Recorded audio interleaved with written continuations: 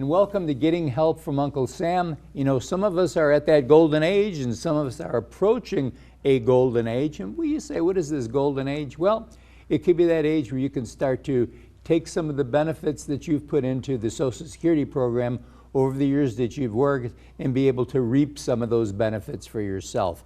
We have with us today Kylle McKinney, the guru of Social Security in the area here. Oh my goodness. And a good buddy of ours. It's so nice to have you here. Always glad to be here. And I always give you a lot of grief, but you know, but the nice thing about it is you can take it. And I think a lot of things happen, Kylle, because people just don't understand the whole situation. You know, it's one of those, we keep talking about, well, you know, Social Security is going to go broke. Mm-hmm. Well, you know, maybe yes, maybe no.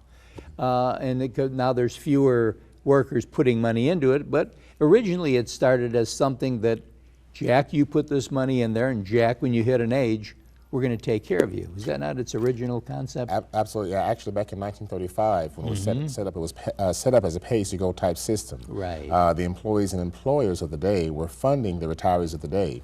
Actually, back in 1935, for every one retiree, there were 35 workers funding that one retiree. Right. By the time 1960 rolled around, of course, it dwindled down to 5 workers.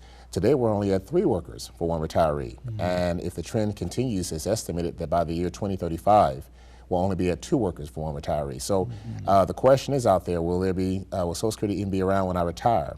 The answer is yes, it will, but if nothing is done to address the issue of solvency, it may not look the way it does today. Right. You know, so, you know, 2 years I want to point out, one is already passed, 2010, where we started paying out more in benefits that we're collecting in Social Security taxes. So we're already in the red. Another year to consider is the year 2034, that if nothing is done to address solvency, then by that year, we're only able to pay 79% of the promised 100% we're paying now in benefits.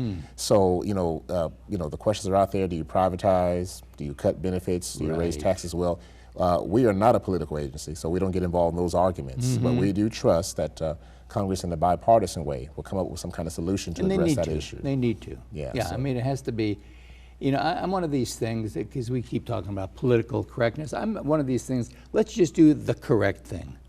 You know, let's just do the thing that's going to be, that's going to benefit the people the best way.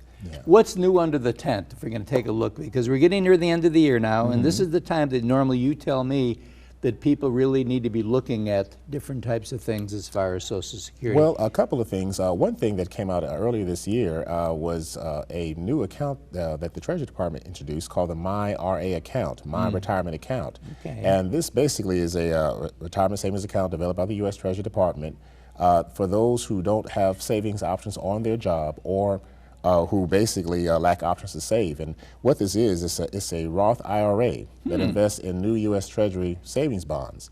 And so basically a person can open up an account, save up to $15,000 in this account, and then once they reach that benchmark, they can roll it over into a private Roth IRA account. Is that $15,000 per year? Well, $15,000 total. Oh, 50,000. No, 15, 1 5. Okay. $15,000 total. They will then roll it over into a private Roth IRA. For more information about this, they can visit myra.gov. My retirement account.gov. And again, this is a Treasury Department program. Okay, key thing. I'm 73, be going 74 in about another month. Can I do this, or have I passed that? Basically, it's my understanding anyone can do this. Again, but to find out more information, I would visit their website because they can give more specifics on that. So that's one of the things that is being done, because you know a lot of people don't have options to save, and I just want to point out that Social Security was never meant to be the one-stop shop for your retirement. Right. You know, we're only a supplement to whatever you should have in place. You know, retirement savings, investments. So that's one thing. Another thing that has occurred this year was there were some loophole closings as far as some Social Security strategies. You know, it used to be that a person can file for spousal benefits, which they still can.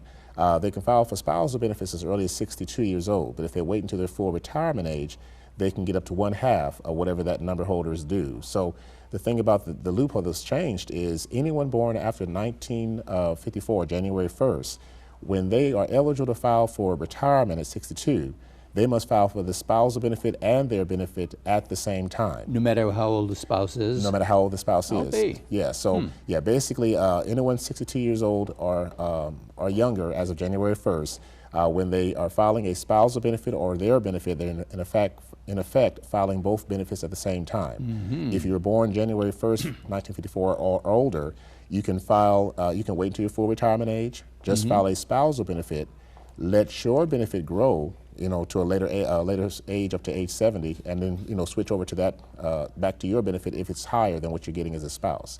So that's one loophole that's closed.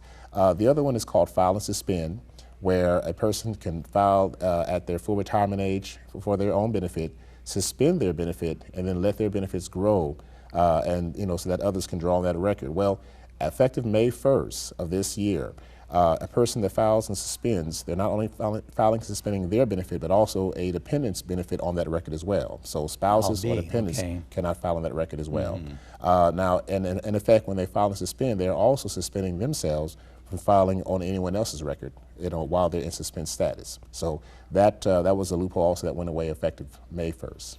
Okay, you can still, okay, we're gonna get you come back because I want to talk about some other things, okay? Sure, absolutely. But just remember this, it's Getting Help from Uncle Sam. You can go to the Social Security website and get a lot of information, or you can call your local Social Security office with any questions you may have. They're here to give you the right advice, and we'll be right back right after this.